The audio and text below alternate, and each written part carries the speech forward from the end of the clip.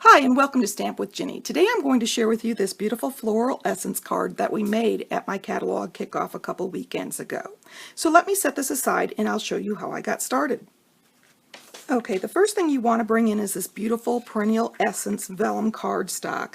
Now this cardstock has a lighter shade on one side and then a velvety feel on the other. And it's real important that we're going to stamp on that lighter side, because if you don't and you stamp on the velvety side, you can see how the ink will bleed.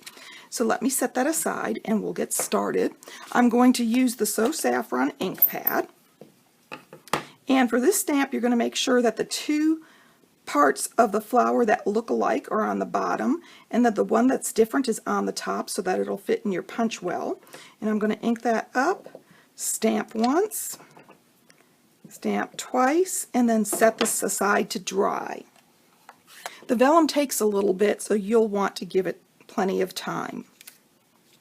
While we're waiting for that to dry, I'm going to bring in my Pretty Peacock card base and fold that in half. And then I'm going to bring in this beautiful paper, the Floral Essence Designer Series paper. This paper is gorgeous when it's in a 12 by 12, but it's also beautiful when cut down. It's just got all these wonderful shades of color and texture like a painting would have. Now that I've got that on my card front, I'm going to take my Granny Apple and I'm going to adhere that down. I'm going to use my grid paper here to kind of judge 3/4 of an inch so that it's nice and straight. There we go. Okay, I'm going to take my little strip of Whisper White, and I like to punch the banners first when I'm stamping with a photopolymer stamp. So I'm going to quickly punch that end.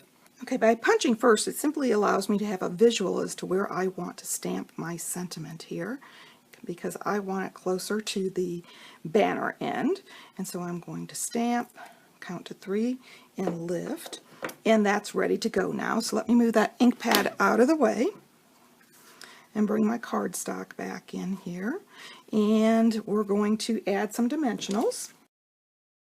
And I can see that this is ready. But before I add this to my card front, I'm going to take this beautiful petal pink ribbon and I'm going to cut it in half.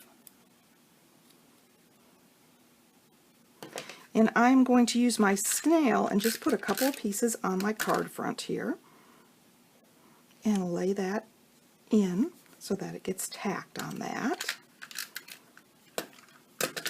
Now my dimensionals from the sentiment are going to help hold that in place also. So there we go, I've got that on there. And now I can remove the dimensional paper and add that onto the card front. And then I've got these two beautiful leaves that I've punched out with the leaf punch. I love the fact that that punch coordinates with this. And you'll see that we want to use the darker side because there's two different shades on the Old Olive also. So I'm going to bring my glue dots in here. And I am going to pick up a glue dot and then adhere. And then pick up a second glue dot on this one. And adhere. And now I'm ready to start building this flower. So let me show you what I did with that. Okay, we're going to punch out these first two that are nice and dry now with the flower punch. And then I'm going to punch out a third flower just by itself, not stamped. And I'm going to flip this one over so it's darker because my two stamped ones are on the lighter side. And if you're real careful, you can use a tiny bit of adhesive to adhere these together. I'm going to put the adhesive on two of these. I like to do my inked ones first because I want that offset image like that. And then I'm going to put this onto the third set of petals so that they poke out.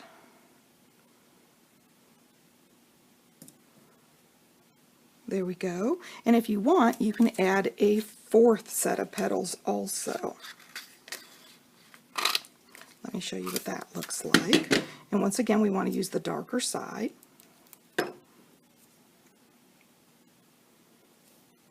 There we go. Nice full flower.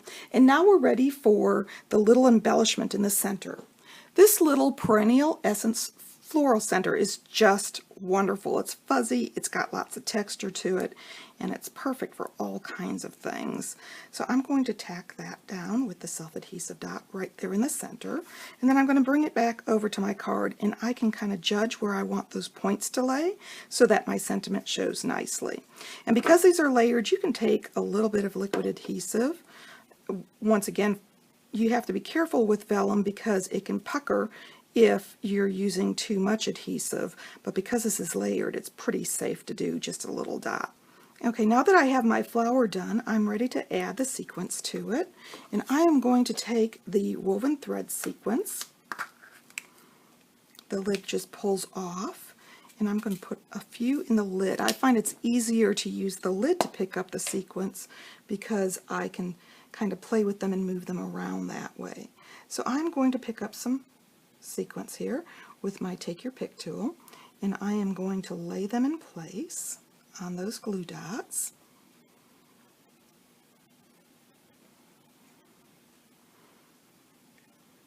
And you can add as many or just a few as you would like. There you go. So let me show you the original again. If you'd like any of these products, feel free to stop by my online store. You can get there from my blog, Stamp with Jini. Thanks for joining me.